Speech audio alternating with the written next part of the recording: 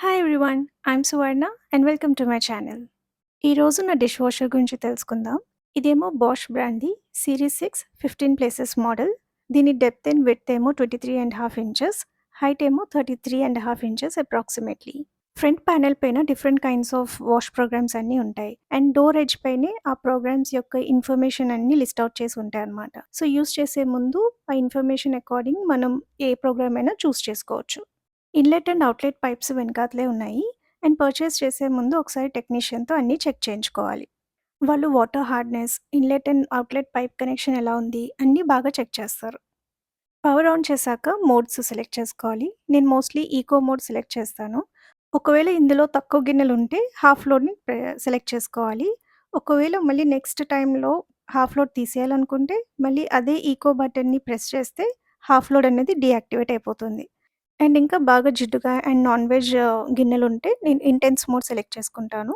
And ఇందులో కూడా మళ్ళీ సేమ్ హాఫ్ లోడ్ ఏమైనా ఉంటే దాన్ని సెలెక్ట్ చేసుకోవచ్చు.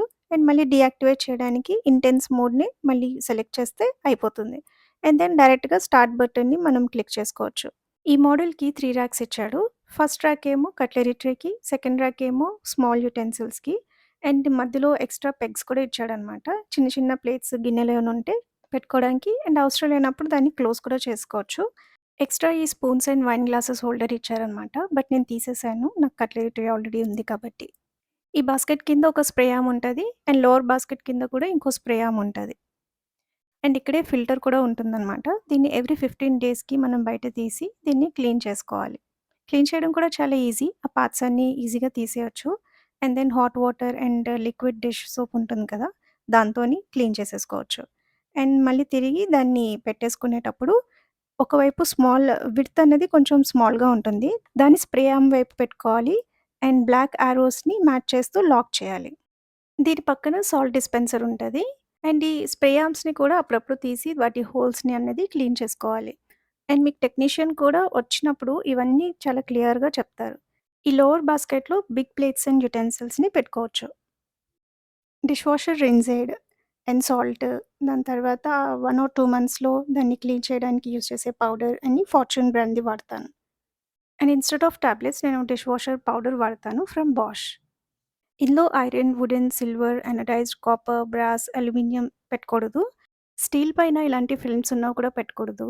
బిగినింగ్‌లో నాకు తెలియక పెట్టేస్తే ఇలాగా సగం ఊడిపోయిందనమాట. అండ్ ఆల్సో గ్లాస్ పైన కూడా ఫిల్మ్స్ ఇలాంటివి పెట్టకూడదు. అండ్ లిడ్స్‌కి ఇలాంటి ప్లాస్టిక్‌వి స్టిక్ అయ్యి ఉంటాయి కదా! అవి కూడా పెట్టకూడదు. Steel, glass, silicon, good quality plastic and ceramic పెట్టుకోవచ్చు. ఇప్పుడు నా డైలీ రొటీన్‌లో దీన్ని నేను ఎలా ఎఫిషియెంట్‌గా యూజ్ చేసుకుంటానో మీకు చూపిస్తాను. రోజు మార్నింగ్ మా వాళ్ళు స్కూల్ అండ్ ఆఫీస్‌కి వెళ్ళాక ఫస్ట్ నేనేం చేస్తానంటే కిచెన్ అంతా క్లీన్ చేసేసుకొని డిష్ వాషర్‌ని అన్‌లోడ్ చేసేస్తాను. యుటెన్సిల్స్ అన్నీ వాటి ప్లేసెస్‌లో పెట్టేస్తాననమాట. ఎందుకంటే డైలీ వన్స్ నైట్ మాత్రమే నేను డిష్ వాషర్ రన్ చేస్తాను. అందుకని రోజంతా నాకు యుటెన్సిల్స్‌తో పనైపోయి నైట్ వరకు అవసరం లేదు అనుకున్న యుటెన్సిల్స్ అన్నీ డిష్ వాషర్‌లో లోడ్ చేసుకుంటూ వెళ్ళిపోతాను. సో, అలాంటప్పుడు ఈ డిష్ వాషర్ ఎంప్టీగా లేదనుకోండి, మళ్ళీ నేను యూజ్ చేసిన యుటెన్సిల్స్ అన్నీ సింక్‌లో నింపుతూ ఉండాలనమాట నైట్ వరకు. అండ్ మళ్ళీ నైట్ ఇవన్నీ ఒకేసారి అందులో లోడ్ చేయాలంటే కొంచెం హెక్టిక్‌గా అనిపిస్తుంది. అండ్ సింక్ ఏరియా అంతా మెస్సీగా ఉంటది. ఈ డిష్ వాషర్‌ని తీసుకునే ముందు కూడా నేను చాలానే రిసర్చ్ చేశా అనమాట. ఎన్నో వీడియోస్ చూసాను. బట్ మోస్ట్ కామన్ డైలాగ్స్ ప్రతి వీడియోస్‌లోని ఏంటంటే, ఇందులో లోడ్ చేసే టైంలోని మేము చేత్తోనే తోమేసుకుంటాము అని చాలామంది అనేవారు. కానీ ఇది ఎంత పెద్ద మిత్ అన్నది నేను యూజ్ చేసిన తర్వాత గానీ అర్థం కాలేదు. ఇలాంటి రొటీన్ ఫాలో అయితే loading a dish washer is not at all time taking. వీటిని ఇప్పుడు ఇండియన్ కిచెన్స్‌కి తగ్గట్టుగానే చేస్తున్నారు.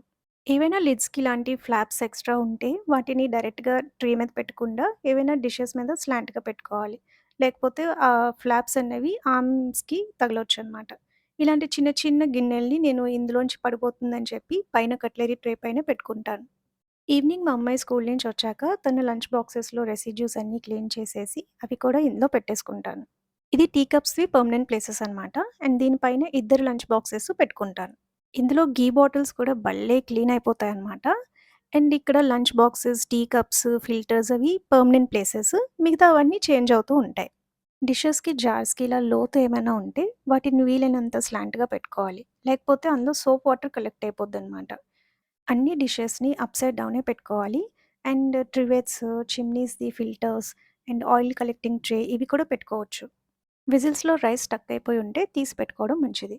కుక్కర్స్, వాటి లిడ్స్, కడాయి, ఫ్రైయింగ్ పాన్స్ వీటిలో ఉన్న ఫుడ్ రెసిడ్యూస్‌ని తీసేయాలి. టీ గిన్నె, మిల్క్ బౌల్స్, కుక్కర్స్‌లో ఉన్న బర్న్డ్ ఆర్ టఫ్ రెసిడ్యూస్‌ని కొంచెంగా స్క్రబ్ చేసి పెట్టుకోవాలి. కుక్కర్ లిడ్స్‌లో ఇలా లోతుగా ఉంటుంది కాబట్టి దాన్ని స్లాంట్‌గా పెట్టుకోవాలి. ఎందుకంటే డిష్ వాషర్ స్క్రబ్బింగ్ చేయదు. ఓన్లీ హై హాట్ వాటర్ ప్రెషర్‌తో క్లీన్ చేస్తది. ఎక్కడెక్కడైతే గ్యాప్స్ ఉంటాయో అక్కడ డిషెస్‌ని అప్‌సైడ్ డౌన్ పెట్టుకోవచ్చు. యూజ్ చేసే కొద్దీ ఎక్కడేం పెట్టాలో మనకి అర్థమైపోద్ది. ఇలాంటి థిక్ ప్లాస్టిక్ పెట్టొచ్చు, బెండ్ అవ్వవు. ఇలాంటి ఎక్స్‌ట్రా ఎడ్జ్ ఉన్న లిడ్స్‌ని స్లాంట్‌గానే పెట్టుకోవాలి.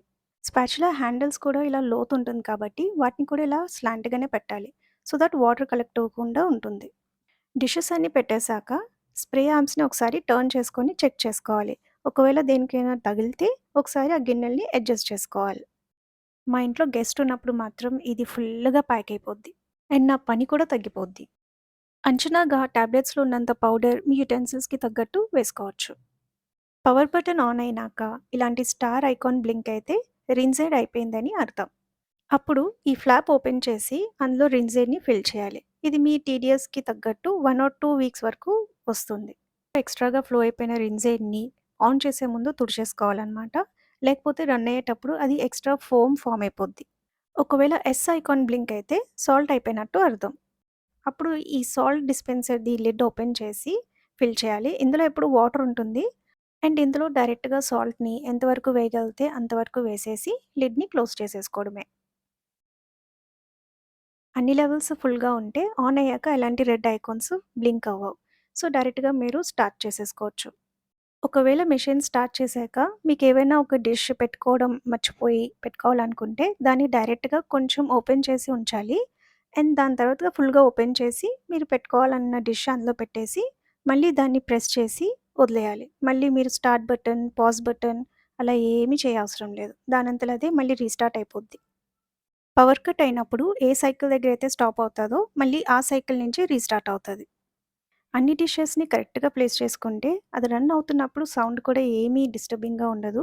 చాలా మినిమల్‌గా ఉంటది. ఒక్కోసారి హాఫ్ లోడ్‌లో డిషెస్ తక్కువ ఉండడం వల్ల వాటర్ ప్రెషర్‌కి బ్యాంగ్ అయ్యి సౌండ్ ఒస్తది. అలాంటి టైంలో వాటిని దూరంగా అయినా పెట్టండి. లేకపోతే ఒక దానిపైన హెవీ వెసెల్ పెడితే మీకు తగ్గుతుంది. సో, దీనివల్ల ఆన్ డైలీ బేసిస్ నేను వాటర్ బాటిల్స్, ఈ ఐరన్ యుటెన్సిల్స్ లేకపోతే 2 సింకులు ఇవి తప్ప ఇంక నాకు తోమడానికి యుటెన్సిల్సే ఉండవనమాట. సో, ఆ టైంలో నేను ఇలా మీ టైంకి యూజ్ చేసుకుంటా. లైక్ హెడ్ మసాజో లేకపోతే ఏమన్నా మూవీ చూడడమో సంథింగ్ ఏవో అలాగా.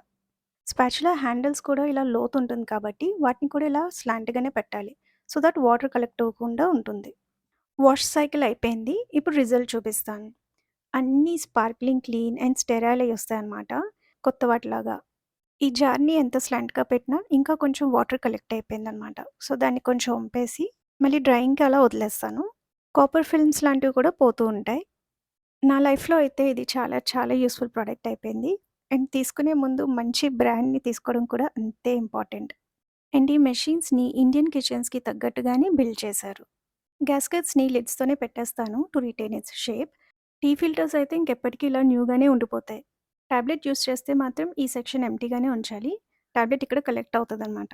I hope this video is useful to you all. See you all in my next video. Till then, take care. Bye.